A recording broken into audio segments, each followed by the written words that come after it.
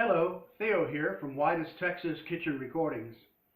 Since my last posting about how to install a foot switch jack on a VOX Mini5 Rhythm, I've had inquiries about my case adaptations. So I thought I would show you some of what I've done in the past and walk you through it. Okay? The VOX Mini5 Rhythm is patterned after their earlier VOX DA model. I bought a model DA5, and it's small, and one of the things that I found out right away is that when you're facing the unit, you could read the dials like that. But if the unit is in the back, is in front of you, then you have to read the dials like that. The other thing was I needed to get the box up off the floor. So I found a suitcase suitable for my needs, because it also is partitioned to do a case on a drum spot so that I can add some percussion. It's pretty cool. And then your microphone here is attached, and that worked real fine.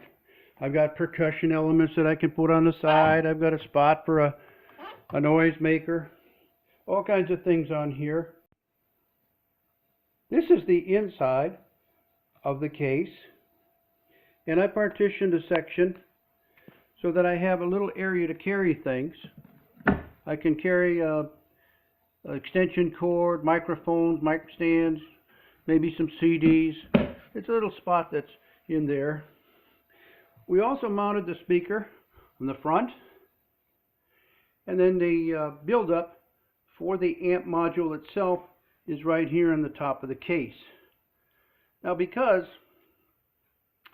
the controls for the back, for the microphone and aux input, etc., are on the back of the unit, when I had to install it, I'm still facing the unit from behind. So that's a problem. I didn't like that, but that's what we got to work with. I guess the VOX folks didn't figure that somebody would be taking a case and putting their little VOX unit out in front of them, and then trying to look backwards at all of the controls. After purchasing the VOX Mini5, I realized that I was faced with the same dilemma. It's a little box. You'd have to get up off the floor if you're doing a gig in a nursing home or someplace. And it's always, if it's out in front and facing away from you, you've got the problem. You're looking at the controls backwards. So I found this old Selmer horn case, decided to adapt it for my new Mini5 Rhythm. Now, one of the interesting things about the Rhythm is that it has this rhythm section. And in my last video, I showed how to adapt and install a switch jack so that you can use a foot switch as a third hand to turn the unit percussion on and off. And that's located right here.